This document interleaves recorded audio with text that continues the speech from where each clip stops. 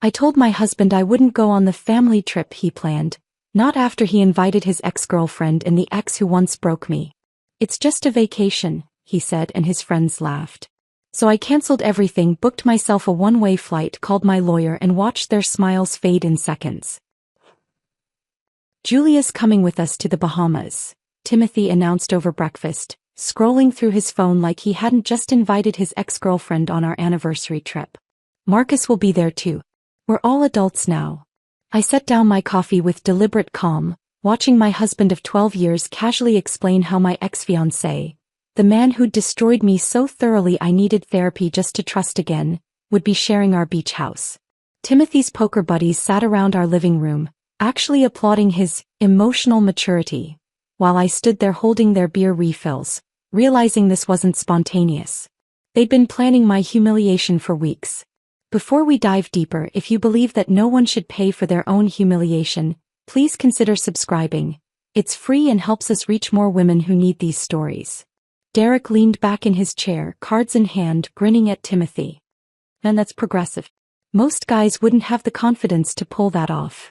It's not about confidence, Timothy replied, dealing the next hand without looking at me. Megan's stronger now. She's past all that old drama. Right, babe? Every eye in the room turned to me. Shane, Paul, Derek, all waiting for my response while I stood frozen in the doorway, a tray of their favorite imported beers balanced in my hands. The same brands I special ordered every month because Timothy insisted on being a good host. The same poker night I'd been serving for 12 years while they discussed their investment strategies and vacation homes, never once asking about my consulting business that paid for their snacks. Of course, I heard myself say, my voice steady despite the chaos in my chest. We're all adults. Shane's wife Grace caught my eye from across the room where she sat with the other wives, her expression a mixture of horror and sympathy. He knew. She understood what this meant. But like me, she stayed silent, trapped in the unspoken rules of these gatherings where wives supported their husbands' decisions, no matter how cruel. Timothy's mother Catherine's voice suddenly filled the room from his phone speaker. Oh, Timothy, I'm so proud of you for taking the high road. And Julia is such a lovely girl. She still asks about you, you know. This will be good for everyone. Good for everyone. I retreated to the kitchen, setting the empty tray on the counter with shaking hands. Through the doorway, I could hear them continuing their game, Timothy basking in their approval. Not one of them questioned the cruelty of forcing me to vacation with Marcus, the man who had called off our wedding 3 days before the ceremony, announcing he'd been seeing someone else for months. The humiliation had been so complete, so public, that I'd moved cities just to escape the pitying looks. And Timothy knew every detail. He'd been the one to help me pick up the pieces. He'd held me through the panic attacks, driven me to therapy appointments, promised he'd never let anyone hurt me like that again. Now he was serving me up to Marcus like a party favor, wrapped in the bow of supposed emotional evolution. The kitchen clock read 9:47 p.m. In 3 hours they'd leave, slightly drunk and full of my carefully prepared snacks. Timothy would climb into bed satisfied with his evening, never wondering why I'd stopped coming to bed at the same time as him years ago. He'd fall asleep immediately while I lay awake calculating how much this month's poker night had cost. The special beer, the aged steaks I'd grilled, the artisanal cheese plate Catherine had insisted elevated the evening. My phone buzzed with a text from my sister Carol in California. How's your evening? She always checked in during poker nights, knowing how much I dreaded them. Timothy just invited my ex-fiancé on our anniversary trip. I typed back, then deleted it. Carol would insist I leave immediately, would offer to fly out tomorrow to help me pack. But it wasn't that simple. Nothing ever was when you'd spent 12 years weaving your life so tightly with someone else's that you couldn't tell where you ended and they began. Instead I typed, the usual, and hit send. From the living room I heard Timothy's voice rise above the others. The beach house has 6 bedrooms, so everyone will be comfortable. I've already put the deposit down. 25 grand for the week, but split between everyone it's reasonable. Split between everyone. Except I knew how Timothy's math worked. Julia wouldn't pay, she was a guest. Marcus would conveniently forget to transfer his share. Catherine would claim poverty despite her healthy retirement account. And somehow, like always, the full amount would come from my consulting earnings while Timothy took credit for organizing such a thoughtful trip. Megan makes good money now, Timothy continued, and I could hear the pride in his voice. Not pride in me, but pride in what my income allowed him to do. Her little business is really taking off. Little business. I'd billed $300,000 last year, managing complex international contracts that required fluency in 3 languages and expertise Timothy couldn't even spell. But to him and his friends, it would always be my little business, something cute I did between maintaining his life. The laughter from the living room grew louder. Someone had won a hand. Money changed holders. Money they could afford to lose because their wives managed the household budgets with surgical precision, stretching dollars to cover their hobbies and poor investment choices. I pulled out my laptop and sat at the kitchen table opening my bank app. The joint account showed the $25,000 withdrawal Timothy had made that morning. No discussion, no warning. Just gone. The beach house deposit for our anniversary trip where I'd be forced to smile and make small talk with the 2 people who'd nearly destroyed me. Below that, smaller charges peppered the statement. Lunch at Julia's favorite restaurant last Tuesday when Timothy was supposedly at a client meeting. A jewelry store purchase 3 weeks ago. Not my birthday, not our anniversary, not Christmas. Hotel charges from his business trips that lined up suspiciously with Julia's conference schedule. The pattern was so clear now, laid out in the merciless honesty of financial transactions. This trip wasn't about emotional maturity or moving forward. It was about Timothy getting everything he wanted.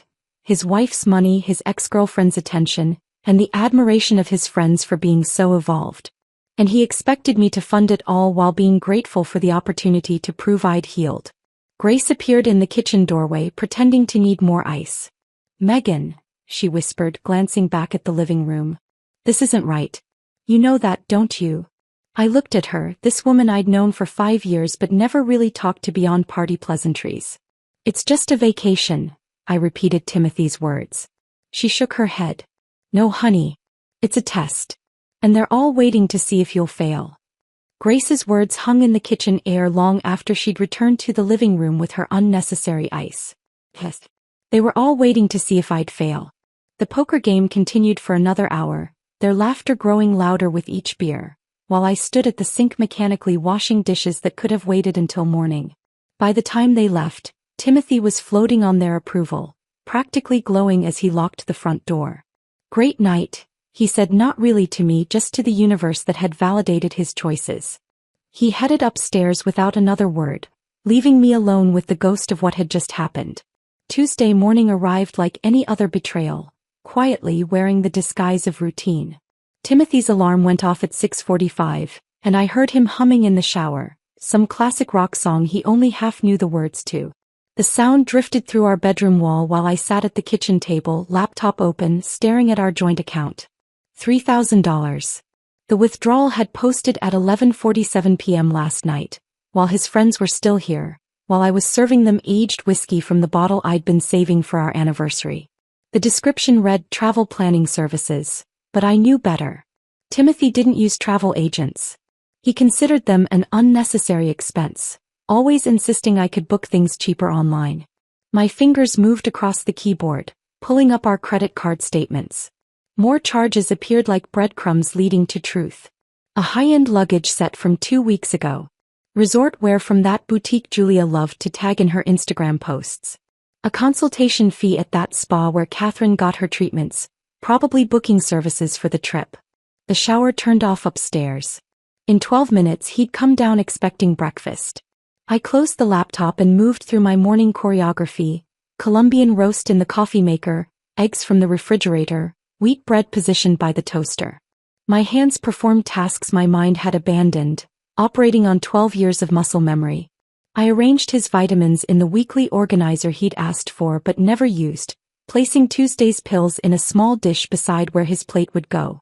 Blood pressure medication he needed, vitamin D he'd read about in some men's health magazine, fish oil supplements he claimed helped with focus but never seemed to improve his memory about our anniversary or my birthday. Timothy appeared at exactly 7:03, hair still damp, wearing the polo shirt I'd ironed yesterday. He kissed my cheek, a reflex more than affection, and settled into his chair with the satisfied sigh of a man whose world operated exactly as expected. "Perfect timing," he said, reaching for his coffee. "Smells amazing, babe." I set his plate in front of him, Eggs over medium, toast cut diagonally, 3 strips of bacon arranged parallel. The same breakfast he'd eaten every weekday for 12 years, except for that brief period when he'd tried intermittent fasting and made everyone around him miserable with his hunger-induced mood swings. So, he began, cutting into his eggs with surgical precision, about that trip we discussed last night. My coffee mug paused halfway to my lips. He was really going to do this. Present it like we'd already agreed, like the ambush in front of his friends had been a mutual decision. The family reconnection trip, he continued, spreading jam on his toast with careful strokes. I've been thinking about it for weeks. We need this, Megan. It's time to show everyone we've evolved past old drama. The way he said we made my stomach turn. This wasn't about us. This was about him, his image, his need to be seen as the emotionally advanced husband who could orchestrate healing like he was conducting a symphony. Julia and Marcus are both free that week in June, he added, scrolling through his phone as if checking important messages. It's perfect timing. Julia and Marcus. He said their names like they were old college friends, not the 2 people who had systematically dismantled my ability to trust. Julia, who still sent him funny memes and birthday messages with too many hearts. Marcus, whose wedding cancellation email I still had saved in a folder labeled, Evidence of Why I Needed Therapy. I know what you're thinking, Timothy said, finally looking up from his phone. But we're different people now. Stronger. More mature. He launched into what was clearly a rehearsed speech, complete with hand gestures and meaningful pauses. There's this podcast I've been listening to, Modern Love Dynamics, and they talk about how truly evolved couples can transcend past hurt. It's about choosing growth over grudges. I watched his mouth move, his jaw working through both breakfast and borrowed wisdom he'd twisted to serve his purposes. He quoted episodes, mentioned specific timestamps, referenced conversations between the hosts about emotional intelligence and relationship evolution. He'd been preparing this performance for weeks, maybe longer, studying how to make cruelty sound like kindness. The host, Dr. Miranda Walsh, she says that avoiding our triggers keeps us trapped, he continued, now gesturing with his fork. But confronting them in safe, controlled environments, that's where real healing happens. Safe, controlled. As if forcing me to share beach cocktails with the man who'd publicly humiliated me was somehow therapeutic. As if watching Julia drape herself over lounge chairs in bikinis Timothy would pretend not to notice was medicine for old wounds. And think about what this says about us, he added, his voice taking on that TED Talk quality he adopted when he thought he was being profound. That we're secure enough in our marriage to vacation with exes. That's next-level confidence, babe. Next level. Everything with Timothy had levels, like life was a video game where collecting enough emotional maturity points unlocked special achievements. He wanted to unlock Progressive Husband, while I paid for the expansion pack. Catherine thinks it's brilliant, he added, as if his mother's opinion was the ultimate validation. She says it shows we're not threatened by the past. I finally spoke, my voice surprisingly steady. And what does Julia think? Timothy's face brightened like I'd finally joined his team. She's thrilled. She says it's so refreshing to find people who don't let history define them. Of course she was thrilled. She got a free vacation and proximity to the man she'd never quite let go of, all wrapped in the disguise of emotional evolution. And Marcus? I asked, each syllable careful. He's interested in moving forward too, Timothy said, returning to his eggs. He mentioned something about closure. Closure. The word sat between us like an uninvited guest. Marcus had closed things pretty definitively when he sent that email 3 days before our wedding, when 200 guests had to be uninformed, when I had to return a dress I'd dreamed about since I was 12. This is therapeutic, I heard myself say, the words coming from some distant place where women agreed to their own destruction. Timothy beamed, reaching across the table to squeeze my hand. I knew you'd understand. You're so much stronger than you were back then. He returned to scrolling his phone, satisfied with my compliance, already moving on to whatever occupied his mind next.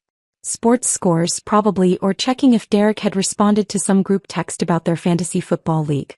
Under the table, hidden from his view, I typed a single word to Carol. Emergency.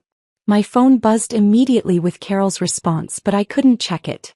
Timothy had already moved on to discussing logistics, completely oblivious to the earthquake he'd just triggered in my chest. He was talking about rental cars and restaurant reservations while I sat there, outwardly calm, inwardly calculating the timeline of my own unraveling. That evening arrived with its usual cast of characters. Timothy's poker night had become as predictable as a sitcom rerun, except tonight the script had changed. Derek arrived first as always, carrying his lucky poker chips in a leather case that cost more than most people's rent. Shane and Paul followed, already debating some sports statistic that neither could prove but both would die defending.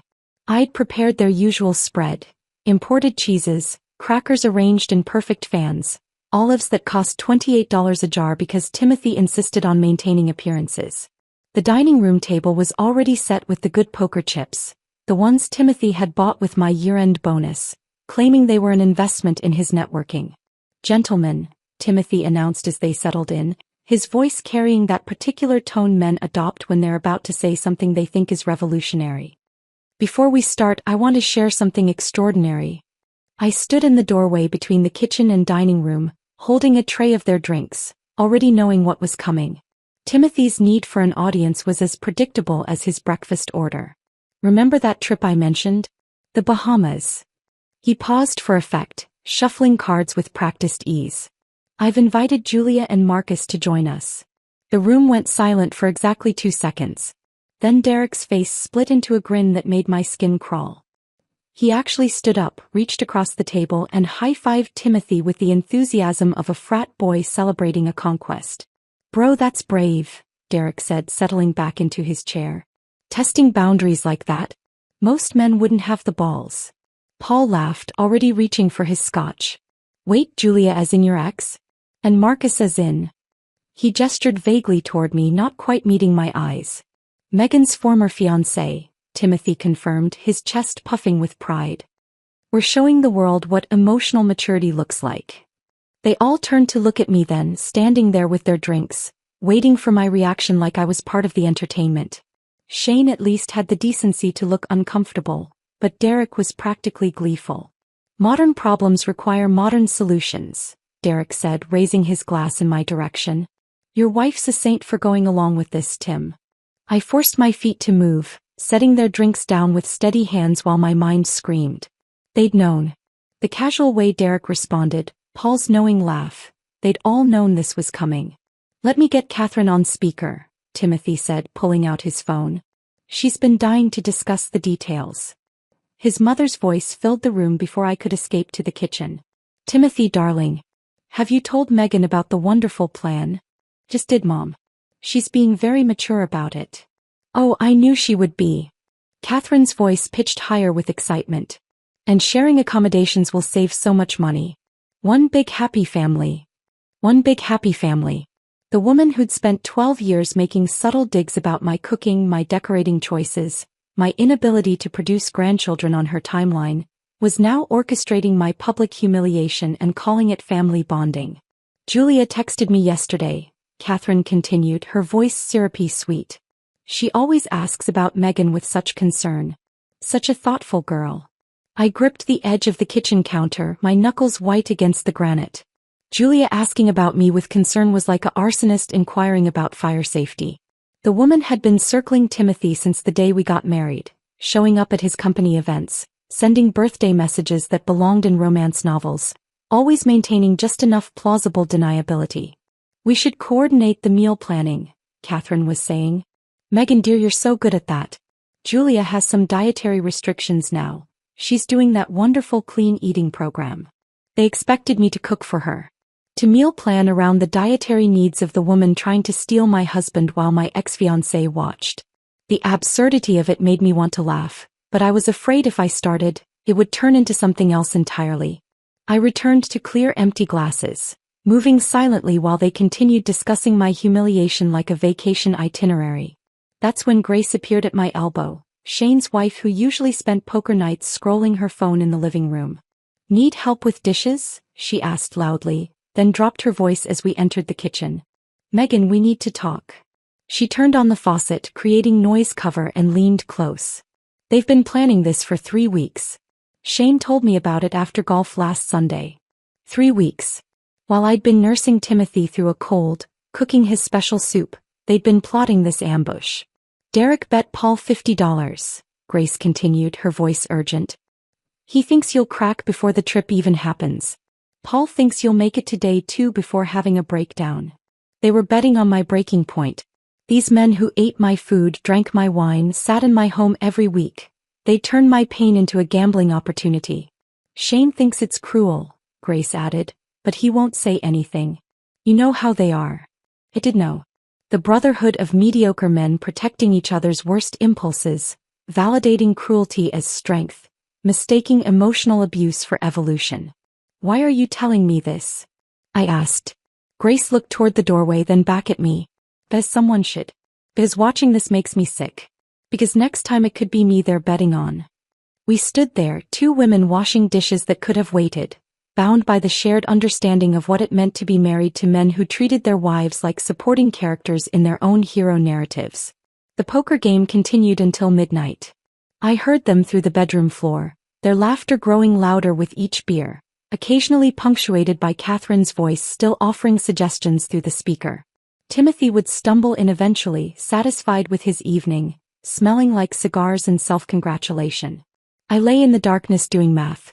$8,000 for the beach house he'd already booked. $12,000 for first-class tickets because Timothy insisted on flying premium when spending my money. $5,000 for the activities, yacht rentals, private dining, excursions designed to showcase his generosity. $25,000 to fund my own humiliation. That's what my 12 years of loyalty, support, and financial provision had earned me. The privilege of paying for a reunion between my husband and his ex while being forced to make small talk with the man who'd shattered me. Timothy's snoring started at 12:47 a.m., the satisfied rumble of a man who'd won everything without understanding he'd been playing alone. I stared at the ceiling, Grace's words echoing in the darkness. They were betting on when I'd break. What they didn't know was that I'd already broken years ago and rebuilt myself into something they couldn't recognize. A woman who understood the difference between breaking and bending, between falling apart and falling free. Tomorrow I'd start making my own plans. Tomorrow I'd start making my own plans. That thought echoed in my mind as the clock on my nightstand glowed 3 a.m. Timothy's snoring had shifted to that deeper rhythm that meant nothing would wake him for hours. I slipped out of bed, my bare feet silent on the carpet we'd chosen together 5 years ago, back when I still believed in our future. My home office had become my sanctuary over the years, the one room in the house where Timothy rarely ventured. He called it my little workspace, never understanding that this 10 by 12 room generated the income that funded his entire lifestyle. I closed the door softly and powered on my laptop, the blue glow illuminating stacks of client contracts and tax documents I'd been meaning to file. I started with simple searches. Cancellation policies for vacation rentals. Refund windows for airline tickets.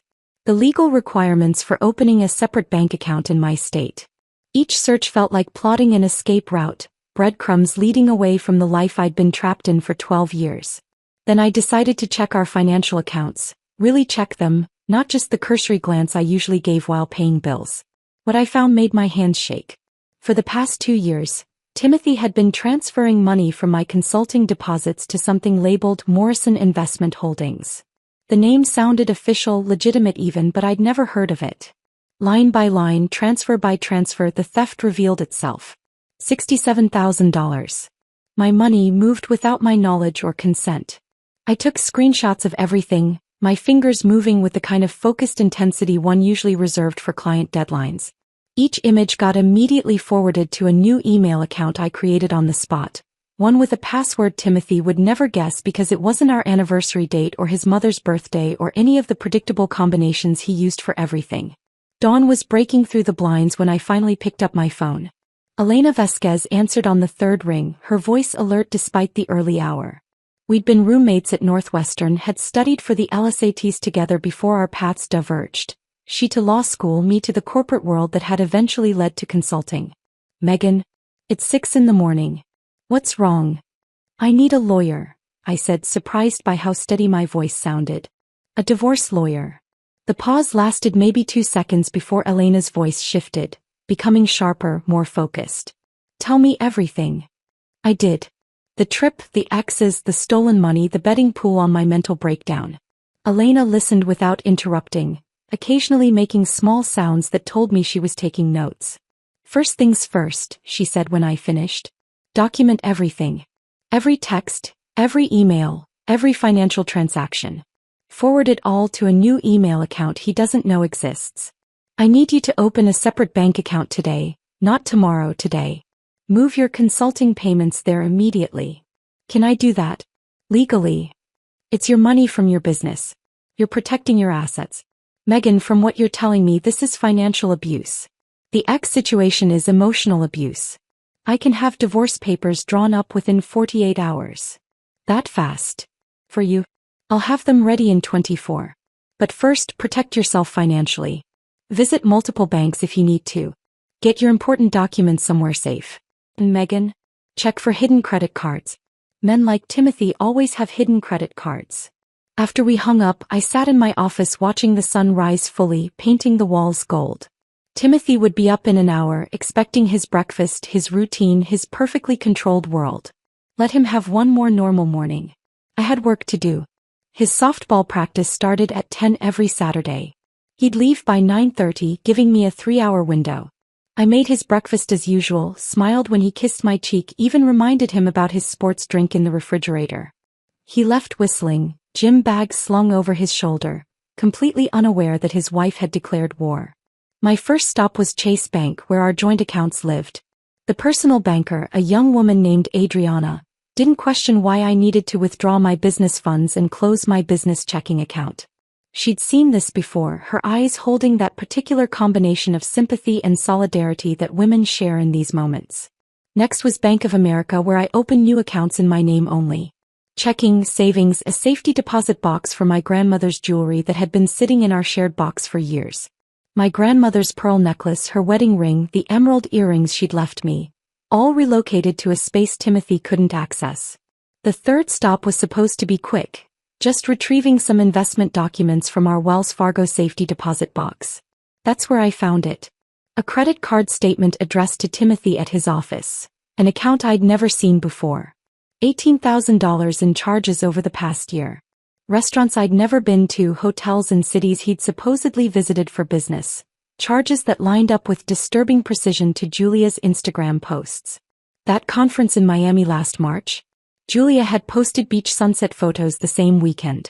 The client dinner in Chicago? Julia had tagged herself at the exact same steakhouse. I photographed every page, every charge, every corresponding social media post I could find on my phone. Elena would want this evidence. The financial infidelity was almost worse than the emotional kind. At least affairs of the heart didn't come with interest rates. By the time I got home, it was 1 in the afternoon. Timothy had texted about dinner plans with his parents, something about celebrating the trip planning. I sat at my laptop and began the cancellations. Each one required a different approach, a different excuse. The beach house. I'm so sorry, but we've had a family emergency. My mother-in-law has had a serious health event. The irony of using Catherine as an excuse made me smile. The airline tickets. Unfortunately, we have a medical situation that prevents us from traveling. Not a lie. My mental health definitely qualified as a medical situation. The yacht rental. We're concerned about weather conditions that week and need to cancel. The only storm brewing was the one Timothy hadn't seen coming. Each cancellation generated a confirmation email, a digital receipt of my revolution. I forwarded them all to Elena, who responded with a simple thumbs-up emoji and keep going. The private dining reservations were almost too easy to cancel. The restaurant manager was so apologetic about our family emergency that he offered to waive the cancellation fee. I accepted graciously, adding another small victory to my growing collection. By 3 o'clock, every single element of Timothy's grand humiliation tour had been systematically destroyed. $25,000 in reservations canceled. Some with fees, some without, but all gone. The money that had already been charged would be tied up in refund processing for weeks, and Timothy's carefully orchestrated timeline would collapse. I sat back in my desk chair looking at the email chain between Elena and me. 43 emails in one day. 43 steps toward freedom. My phone buzzed with another text from Timothy about dinner. Mom's made reservations at La Bernardine. 7 p.m. Wear that blue dress I like. The blue dress he liked. The one that made me look presentable for his mother. The one I'd worn to every family function for 3 years because Catherine had once complimented it and Timothy decided it was therefore the only appropriate outfit for family gatherings. I texted back a simple, okay, and returned to my computer. There was still work to do, plans to make, a future to build that didn't include Timothy Morrison or his toxic family or their betting pools on my sanity. The revolution had started at 3 in the morning with a simple Google search. By 3 in the afternoon it was well underway. The blue dress hung in my closet like a costume for a play I no longer wanted to perform in. I pulled it out, held it against myself in the mirror, then deliberately hung it back. Tonight required armor, not appeasement. I selected my charcoal business suit instead, the one Timothy said made me look too serious, the one I'd worn to land the Hamilton Industries contract. If I was going to detonate my marriage at La Bernardine, I'd do it dressed for war, not submission. Sunday morning arrived with deceptive calm. I'd been awake since 4, sitting in the kitchen with my laptop, watching the refund confirmations roll in from yesterday's cancellations. Each email was another brick removed from the prison Timothy had built around me. By 5:30, I'd arranged the evidence across our kitchen table with the precision of a prosecutor preparing for trial. Bank statements showing the theft. Credit card bills revealing the affair. Screenshots of Julia's Instagram posts that coincided with Timothy's business trips. I made coffee, good coffee, the expensive Ethiopian blend I usually saved for special occasions. This qualified. I sat at the head of the table for the first time in 12 years, claiming the seat Timothy always occupied, and waited. The morning sun crept across the papers, illuminating 12 years of financial abuse in harsh detail. Timothy appeared at 7:15, earlier than usual for a Sunday. He was whistling, wearing his weekend khakis and the golf shirt I'd bought him last Christmas. The whistling stopped when he saw me. "What's all this?" His voice carried forced casualness, but I saw his eyes scanning the documents, trying to piece together what I'd discovered. "Evidence," I said, taking a slow sip of coffee. $67,000 in unauthorized transfers. $18,000 in hidden credit card debt. Hotel charges that match Julia's travel schedule. "Would you like me to continue?" His face went through a transformation that would have been fascinating if it weren't so pathetic. Confusion melted into understanding, understanding hardened into anger, and anger twisted into that particular brand of condescension he wielded when cornered. "You went through my private accounts?" "Our accounts," I corrected. "The ones funded by my consulting work. The money you've been stealing to finance your affair with Julia." "That's ridiculous. Julia and I are just friends." His phone started buzzing on the counter where he'd set it. I could see Julia's name flashing on the screen. "She seems upset about something," I observed. "Maybe her spa appointments?" Timothy grabbed his phone and I watched his face pale as he read the messages.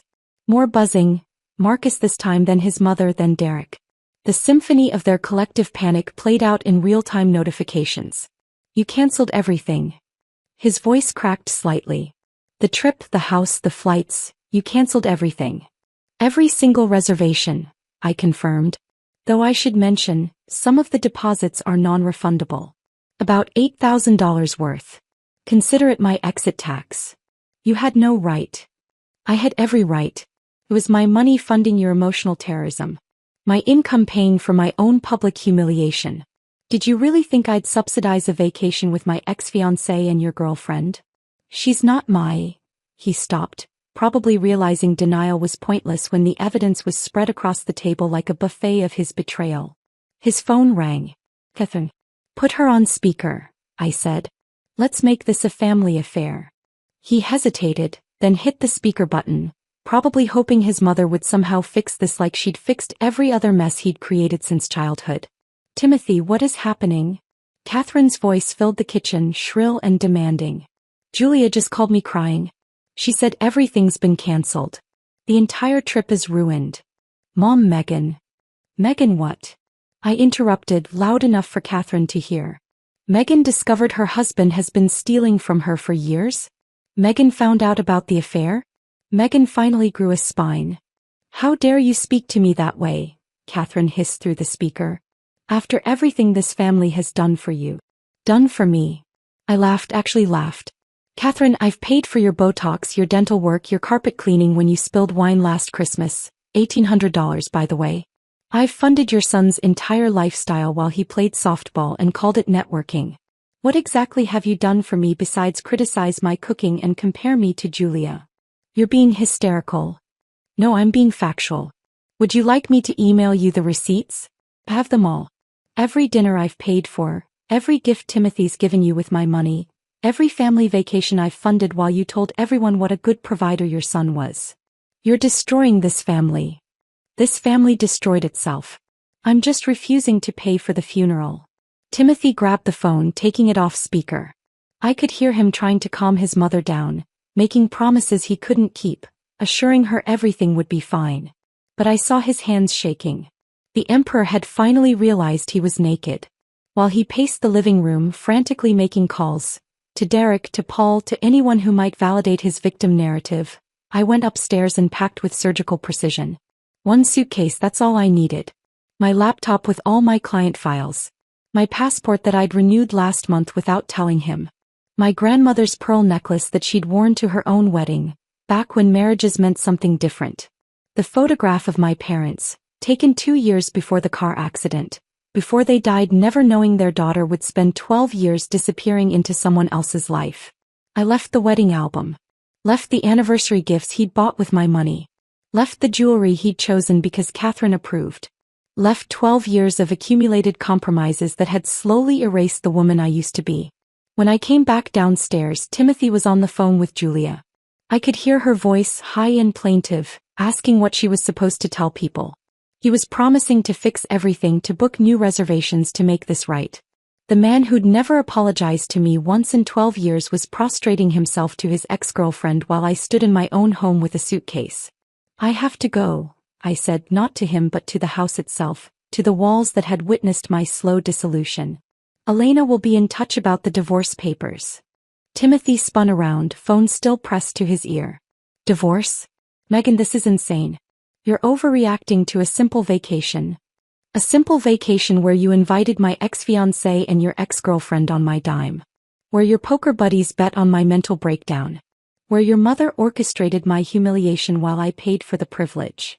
Julia's voice rose from the phone, asking who Elena was, demanding to know what was happening. Timothy tried to shush her, but it was too late. The mask had slipped and even he couldn't pretend anymore. I rolled my suitcase to the door, pausing for one last look at the man I'd wasted 12 years trying to please. He stood there, phone in one hand, the other reaching toward me, not with love or apology, but with the desperation of someone watching their meal ticket walk away. Your coffee's getting cold, I said, nodding toward the abandoned mug on the counter. You should drink it. It's the last cup I'll ever make you. The door closed with a quiet click, softer than the thunderous collapse happening behind it. In the driveway, my car waited, packed with the only things that mattered. As I backed out, I saw Timothy through the kitchen window, still on the phone, still trying to salvage his carefully constructed delusion. My phone buzzed with texts, Catherine's threats, Derek's disbelief, even one from Marcus asking if I was okay with everything. I deleted them all without reading past the preview. The only message that mattered was from Elena. Papers ready. Barcelona office has an opening. New beginnings await. The drive to the airport stretched before me like a corridor between two lives. Behind me, 12 years of compromise and diminishment. Ahead, something I couldn't quite name yet but felt in my bones. Freedom, perhaps, or at least the possibility of it. My phone sat in the cup holder, buzzing relentlessly with messages I had no intention of reading. Each vibration was another desperate attempt to pull me back into the chaos I'd just escaped. The parking garage at JFK felt like a sanctuary. I chose long-term parking, the 7-day minimum that would turn into something much longer. As I pulled my single suitcase from the trunk, my phone buzzed again. This time I looked. Grace. Shane's wife had sent something labeled, "You need to see this." I opened it while walking toward the terminal. Screenshots filled my screen. The poker group's text chain, something called Timothy Support Squad, that they'd apparently created after I'd left. The messages made my stomach turn but also strangely made me smile. Derek had written, "She's probably off her meds. Timothy dodged a bullet if she's this unstable." Paul's contribution was somehow worse. "Bro needs to put his foot down. Can't let a woman control the finances anyway." But it was Shane's message that surprised me. Maybe she has a point about the ex thing being weird. Immediately followed by Derek and Paul mocking him for being whipped. I forwarded everything to Elena with a simple note. More evidence. These are his character witnesses. Her response was immediate. Perfect. Keep them coming. Judge loves seeing the support system. The security line moved slowly, giving me time to notice things I'd ignored on every previous trip. The couples around me, some holding hands, others barely speaking. The solo travelers like me, some looking anxious, others relieved. I wondered which category I fit into. Maybe both. My phone buzzed again. Julia this time. The first message dripped with fake concern. Megan, I heard what happened. Are you okay? This seems like such an extreme reaction. I'm worried about your emotional state. I almost laughed out loud. Julia, worried about my emotional state. The woman who'd been circling my marriage like a vulture for years was suddenly concerned about my well-being. Her next message came 30 seconds later, the mask slipping. This is incredibly selfish. Do you have any idea how many people you've inconvenienced? The third message arrived as I reached the gate area. Fine. You want honesty? I already told everyone we were rekindling things during the trip. Timothy promised me. He said you were basically separated anyway, that you were just roommates. He said you wouldn't care. There was the admission I hadn't even known I needed. I screenshotted everything and forwarded it to Elena with the subject line, Exhibit A, Conspiracy to Commit Adultery. Elena's response included a laughing emoji followed by, You're making my job easy. Keep documenting. The gate agent called for business class boarding. For 12 years, I'd watched Timothy book himself business class for his important trips while insisting we should save money by flying economy. Today I'd spent the extra $1,000 without hesitation. My money. My choice. My comfort for once. Champagne. The flight attendant smiled warmly as I settled into the wide leather seat. Absolutely, I said, accepting the crystal flute. The bubbles rose to the surface like tiny celebrations. I lifted the glass slightly, toasting silently to the woman I was about to become, whoever she might be. The plane filled around me. Families with children, business travelers with their laptops already out, couples heading to romantic getaways. Everyone moving toward something. I was moving away from something which felt just as important. As we climbed to cruising altitude, I pulled out my phone one last time. There were 47 unread messages now. Timothy, Catherine, Derek, Paul, even Marcus had joined the chaos. I ignored them all and opened a new message to Timothy. It was time to end this properly. Timothy, I began typing carefully. By now you've discovered the extent of what I know. The $67,000 you stole. The credit cards you hid. The hotels that match Julia's travel schedule perfectly. But here's what you don't know. Marcus contacted me last week. He wanted to discuss starting fresh during the trip.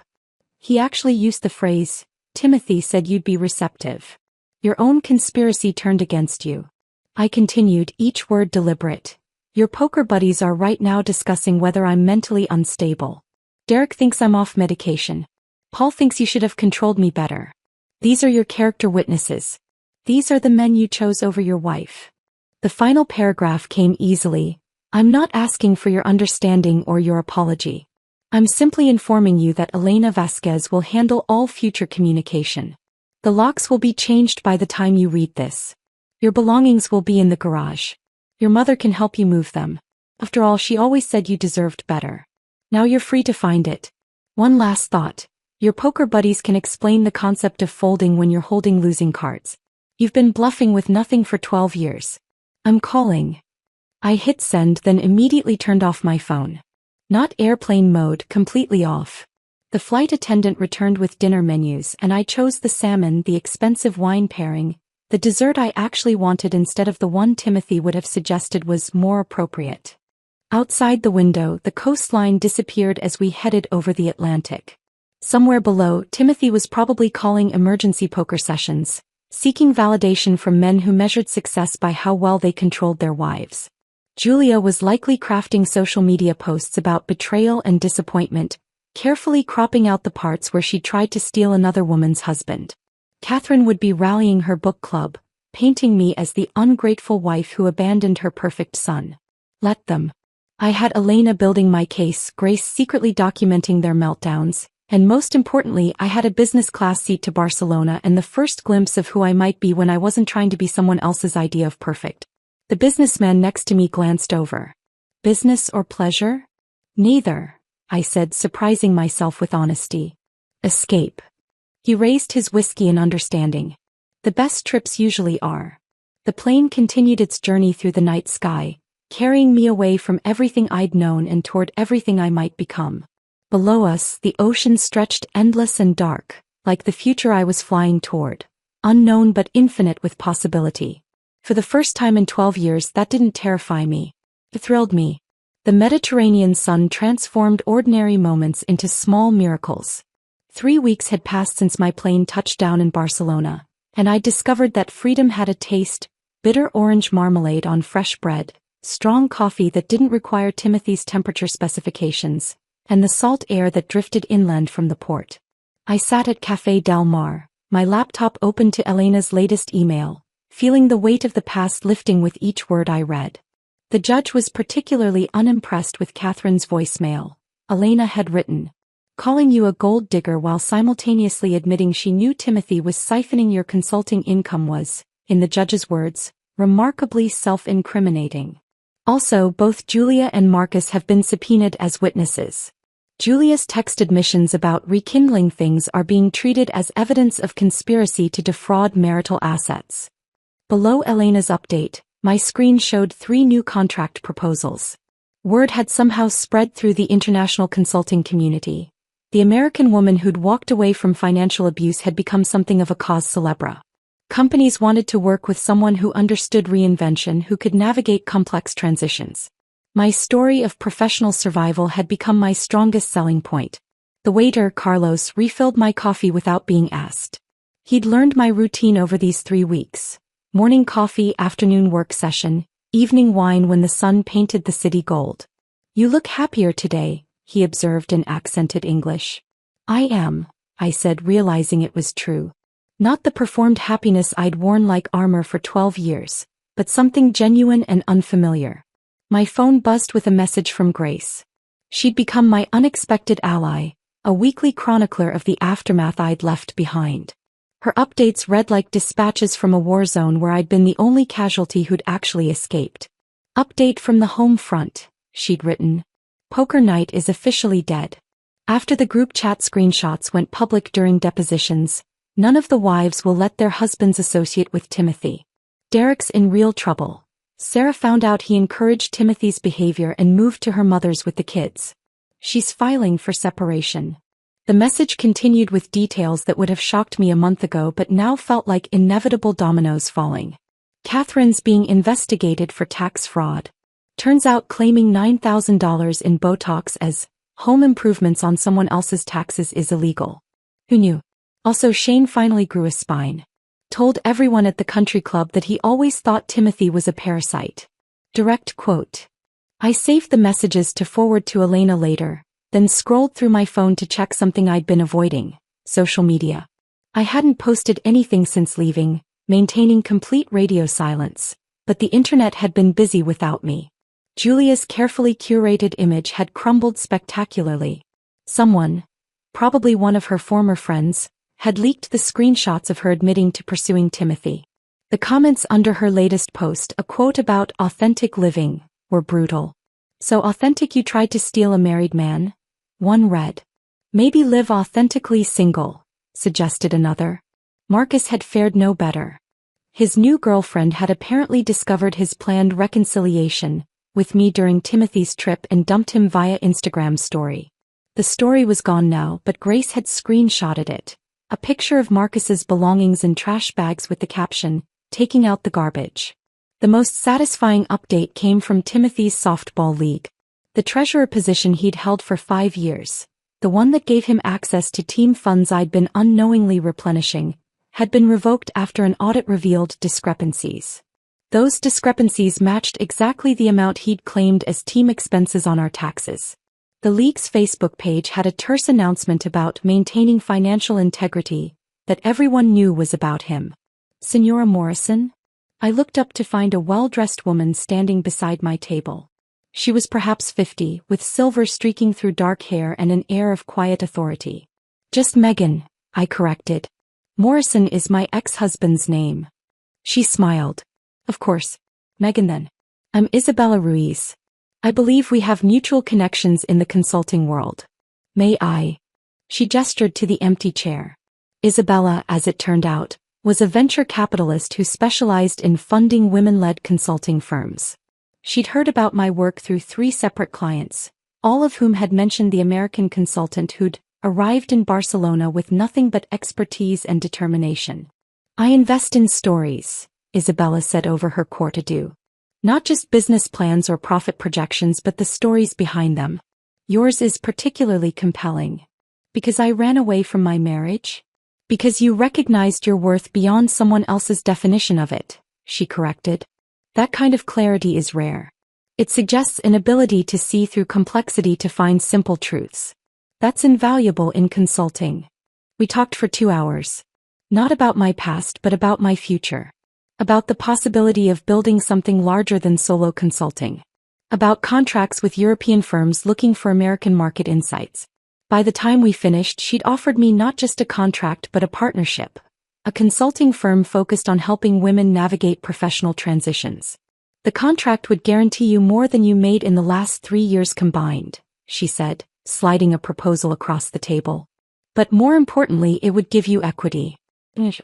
No one could ever take it from you. I looked at the number, then at the sunset beginning to paint the cafe in warm light. 3 years of funding Timothy's lifestyle, compressed into 1 year of funding my own future. I'll need to review this with my attorney, I said, though I already knew my answer. The one handling your divorce. Elena Vasquez? He's excellent. We've worked together before. Isabella stood, leaving her business card. Take your time. Good foundations take time to build. After she left, I sat alone as the city transformed around me. Couples walked past speaking rapid Catalan, tourists posed for photos, locals headed home from work. None of them knew my story, and that anonymity felt like the greatest luxury. Grace sent one more update as the sky darkened. Timothy showed up at Shane's house drunk last night, crying about how you destroyed his life. Shane's Ring camera caught everything. He actually said she was supposed to just accept it. Shane told him to leave or he'd call the police. I pictured Timothy standing on Shane's doorstep, finally understanding that his carefully constructed world of male validation and female subsidy had collapsed. He was supposed to accept it, that I would fund my own humiliation, smile through his betrayal, cook for his ex-girlfriend. Instead, I was sitting in Barcelona building something that belonged only to me. Tomorrow I would meet with Isabella again, would begin the process of creating a business that no one could steal or diminish. But tonight I simply sat in the warm Mediterranean evening, feeling the kind of peace that comes not from revenge but from complete and total release. The Mediterranean evening held me in its amber light as I stood there, feeling the weight of what freedom actually cost. Not in dollars or euros, but in the parts of myself I'd had to excavate and examine, the comfortable lies I'd had to abandon. The wine in my glass caught the last rays of sun, and I held it there, suspended between who I'd been and who I was becoming. 6 months. That's how long it had taken for the legal machinery to grind through the wreckage of my marriage. Elena called that morning, her voice carrying the satisfaction of a lawyer who'd won more than just a case. The judge signed everything, she said. Timothy owes you $67,000 in restitution for the unauthorized transfers. The house is yours. And here's the interesting part. The financial abuse charges are now part of his permanent record. No reputable financial firm will touch him. I'd expected to feel something triumphant in that moment, some surge of vindication. Instead, I felt only a clean, simple peace, like diving into clear water after years of swimming through mud. The money will be garnished from his wages if necessary, Elena continued. Though from what I hear, those wages are now coming from a sporting goods store. A sporting goods store? Assistant manager at Dick's Sporting Goods. Ironic, considering. The apartment buzzer pulled me from the memory. Carol had arrived from California, her first visit since I'd fled to Barcelona. When I opened the door, she stood there with her practical roller bag and that expression she'd worn since we were kids. Part concern, part admiration, part relief. You look different, she said, pulling me into a hug that smelled like airplane air and her favorite lavender hand cream. You look like yourself. We sat on my small balcony with glasses of local wine while she updated me on the aftermath I'd left behind. Carol had always been the family intelligence officer, somehow knowing everything about everyone without seeming to pry. Catherine's been effectively exiled from her social circle, Carol reported, her tone matter-of-fact. The voicemail where she called you a gold digger while admitting to the financial theft went viral in their country club community. She tried to host her annual charity luncheon last month. 3 people showed up. 3. And one was the caterer. Carol's smile was wicked. She's selling the house apparently. Moving to a retirement community in Arizona where no one knows her. The image of Catherine, queen of passive aggression, reduced to anonymous retirement living, should have brought satisfaction. Instead, I felt only distant pity. She'd built her entire identity on her son's success, never realizing she'd constructed it on a foundation of other people's money. And Julia? I asked, though I wasn't sure I cared about the answer. Moved to Portland. Deleted all her social media. My friend Rachel saw her working at a wellness center, teaching yoga to people who don't know she tried to steal someone's husband while pretending to be enlightened. Carol paused, swirling her wine. Marcus is the really pathetic one. His reputation in business is completely shot. The court documents were public record. Everyone knows he tried to use your ex-husband's invitation to manipulate you. Last I heard, he was living with his mother, working remotely for some startup that doesn't Google its employees. And Timothy? Carol's expression shifted to something between disgust and pity. Living in Paul's basement. Derek won't speak to him after his wife left. Apparently the divorce is brutal. Shane actually testified against Timothy in your case. Said he'd witnessed years of financial manipulation. And Timothy? She shook her head. He tells anyone who'll listen that you destroyed him over nothing. Over a simple vacation dispute. A simple vacation dispute. Even now he couldn't admit what he'd done. There's something else, Carol said, pulling out her phone. Someone sent you an email through me. Timothy's younger brother, Dylan? I'd always liked him, the quiet one at family gatherings who seemed as uncomfortable with the Morrison dynamics as I was. Carol handed me her phone. Dear Megan, the email began. I know I'm probably the last person you want to hear from, but I needed to say this. I'm sorry. Not the hollow sorry my family throws around, but genuinely, deeply sorry for being a coward. I knew about Julia. I saw them together at a restaurant 2 years ago when Timothy said he was at a conference. I knew about the money. Mom would brag about her treatments, and I knew she couldn't afford them. I knew you were paying for everything while they treated you like an employee. I should have said something. Should have warned you. But I was scared of being exiled from the only family I had. Now I realize that family was toxic and my silence made me complicit. I've cut contact with both Timothy and Mom. The full extent of what they did to you, the financial abuse, the emotional manipulation, the planned humiliation, it's unforgivable. I'm in therapy now trying to understand how I normalized such cruelty. You deserved so much better. I hope Barcelona is giving you the peace you never found here. With genuine remorse and respect, Dylan. I read it twice, feeling something shift in my chest. Not forgiveness exactly, but a kind of release. Dylan's apology was the only one that mattered because it was the only one that acknowledged the full truth of what had been done to me. That's unexpected, Carol said softly. He was always different from them, I replied, handing back her phone. Maybe that's why he can see it clearly now. We sat in comfortable silence as the city lights began to flicker on below us. Barcelona spread out like a glittering promise, each light a life being lived, choices being made, freedom being claimed or surrendered. Do you miss anything? Carol asked eventually. About your old life. I considered the question. Did I miss the house with its perfect kitchen where I'd cooked thousands of meals for people who barely thanked me? The social gatherings where I was introduced as Timothy's wife, never as myself? The constant mental mathematics of keeping everyone happy while disappearing piece by piece? I miss who I thought I was going to be, I said finally.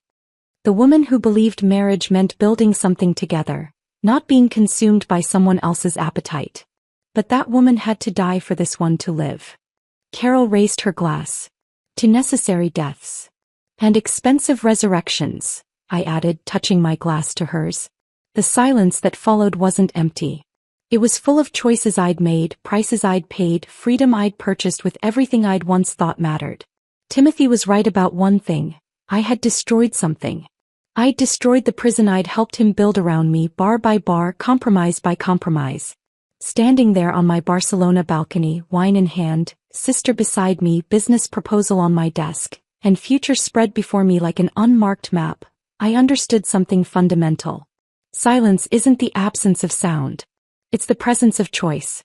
And for the first time in my life, I could afford to choose exactly what filled it.